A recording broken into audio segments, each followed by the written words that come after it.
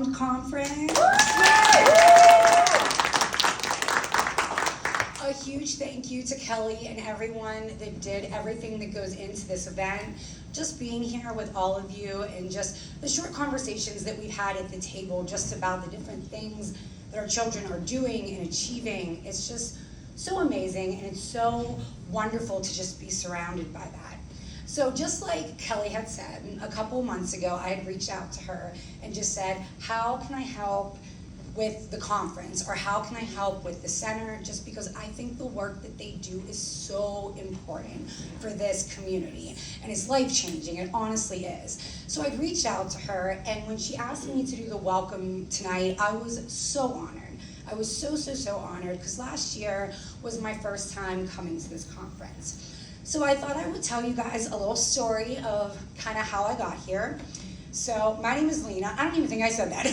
I'm Lena. It's very nice to meet all of you. I hope that we all get to have a conversation before the weekend is over.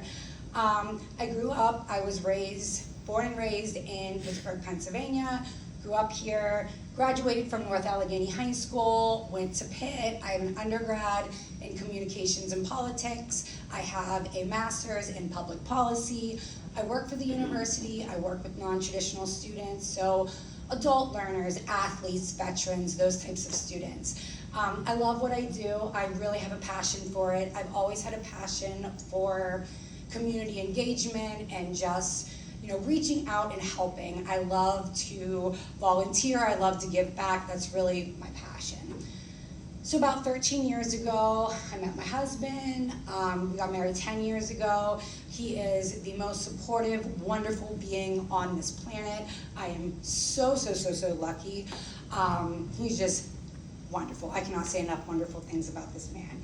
But kids were always a thought in our relationship. It was like, it might happen, it might not happen. Like, who knows? We'll see. If it happens, great. If it doesn't, no big deal. So a couple years into our relationship, we've been married for 10 years, it happened. We were having a baby. We were so excited. And unfortunately, that ended in a loss. A loss that was very traumatic for me.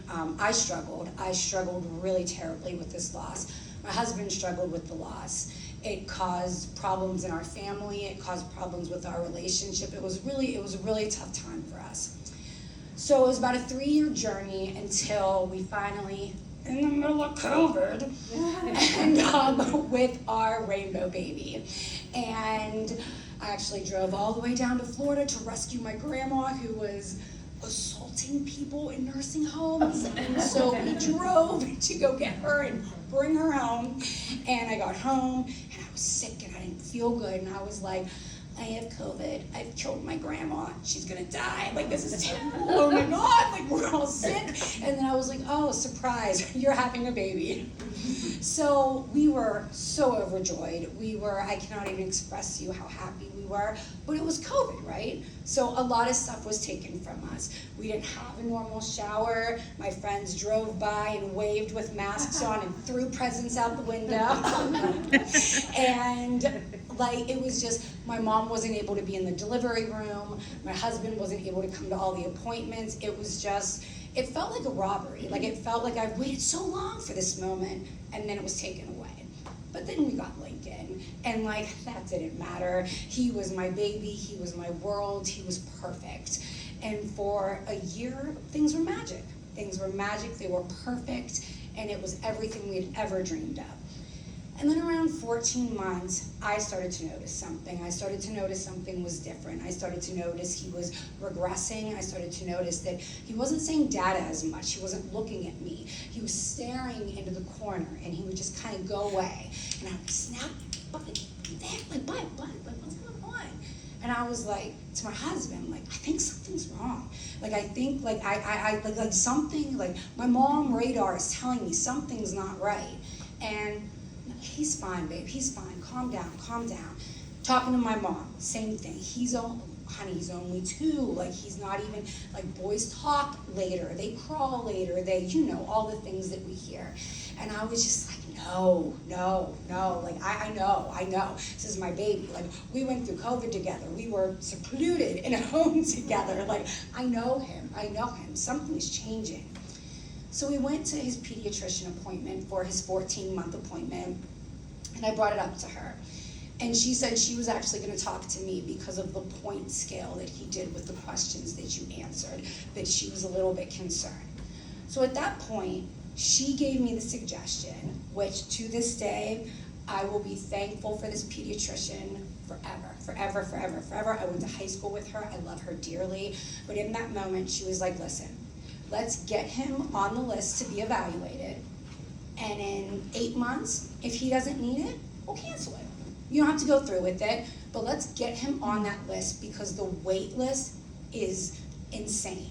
And I was just like, okay, you know, like whatever, I'm not thinking much of it, and we do that.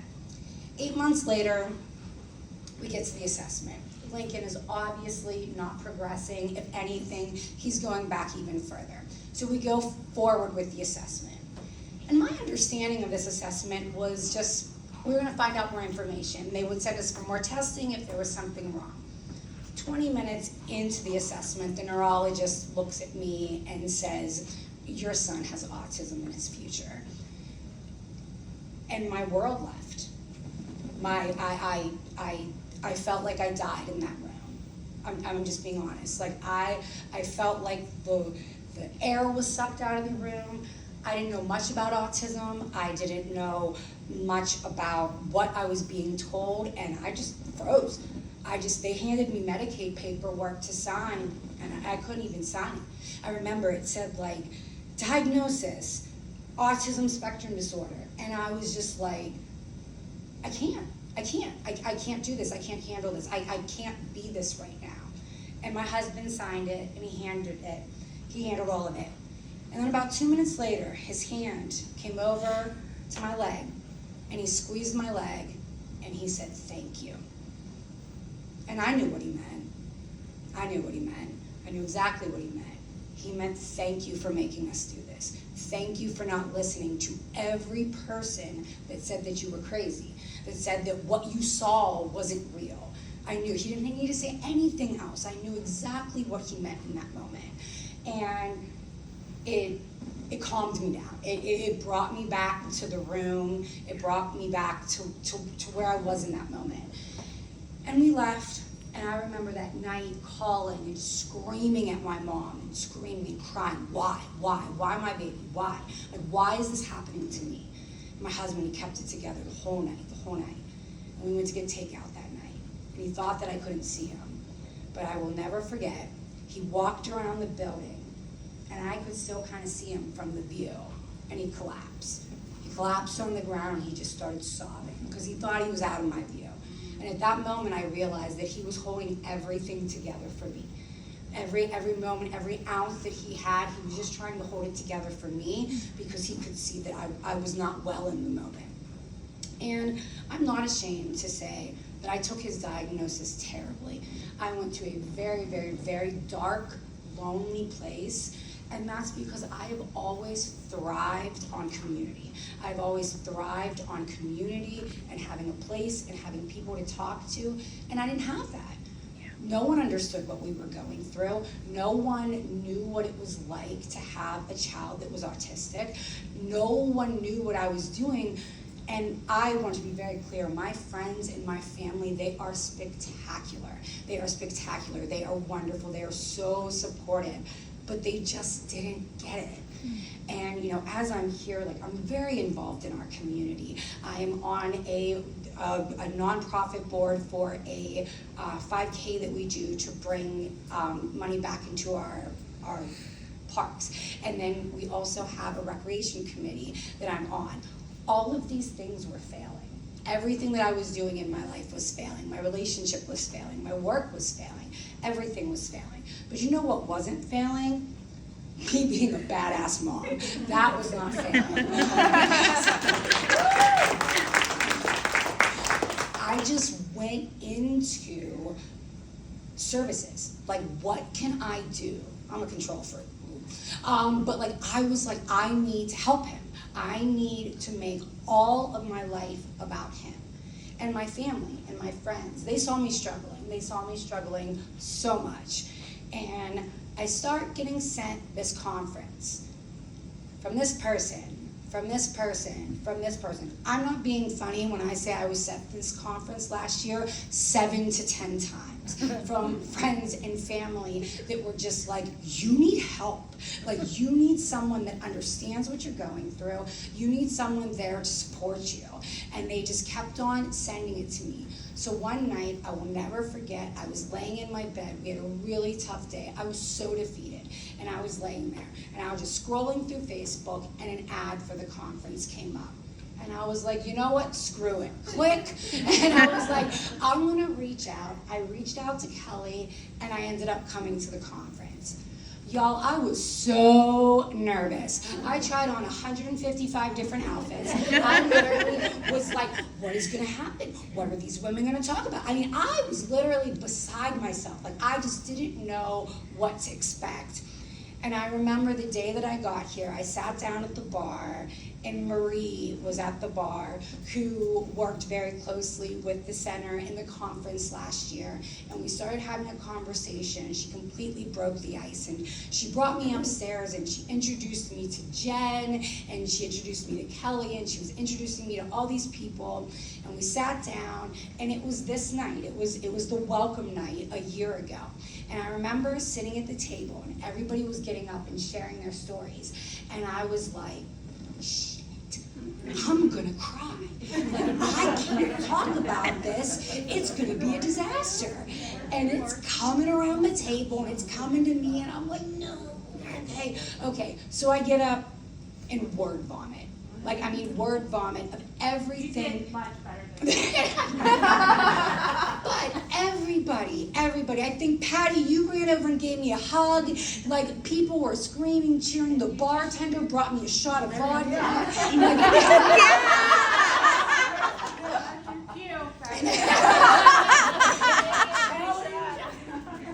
So it was just, in that moment, I was just like, they get it. Like, they get it. They get what I'm saying. They get what what I'm explaining. And over the next 2 days, every time I sat down and had a conversation, I was just like, yes, this is what I needed. This is what I was missing. And Saturday night, we had a lot of fun. We may have crashed a wedding. I may have gone home in an Uber. And the next morning, Kelly was like, oh my God, your husband's never gonna let you hang out with us again. He's gonna be so mad. And the truth was, he was thrilled. He was thrilled because I came home happy. I came home happy. I came home fulfilled. I could not wait to tell him about the women that I made and the connections that I made and how important that was to me. And it just, since then, they have just grown and flourished. So that is what I wanted to say to you guys today. Today, when you sit down and you have those conversations, if this is your first time here, make those connections. Share those phone numbers. Share those emails. Get those social media handles. Because these women in this room have gotten me through the last year. These women, this center, this conference, it saved my life. It brought me back from a place, it made me a better parent because I could love me again. I could be happy. I was so invested in what my son needed that I was not focusing on me. And in my life, what was missing was that connection. Someone understanding and sitting there and talking. She's not here tonight, but she will be here tomorrow. Her name is Heather. I met her last year. We talk almost every single day. I'm pretty sure we gave birth to the same child. Like, they could not be more similar. And like, just having her over this last year has been so amazing and so monumental. And just thinking back to that year ago, and standing up and not even being able to get through my sentence, and then a year later to be able to stand here and tell you all my story, like, I'm just gonna say it, I'm so proud of myself. I'm so proud of myself. Because I worked towards it, and because of you all, because of the inspiration and the love that you guys have shown, I have been able to make changes in life to help me, my family, the community. We've worked with my local community. We've updated our Santa letter to make it more inclusive. We're talking about a sensory bunny and Santa. We had a new park built, and I consulted them on adding sensory areas to the park. Like, these things I have been able to do because you all gave me my voice. You gave me my voice back. You gave me my support. You gave me my life back, and I mean that from the bottom of my heart. And that is why I just think that this place and this conference is so important. And if you have been here before and you haven't quite felt those connections, or if it's your first time, please reach out to me. I've met people, I will introduce you, I will connect you. I think that the connections made here are so very important.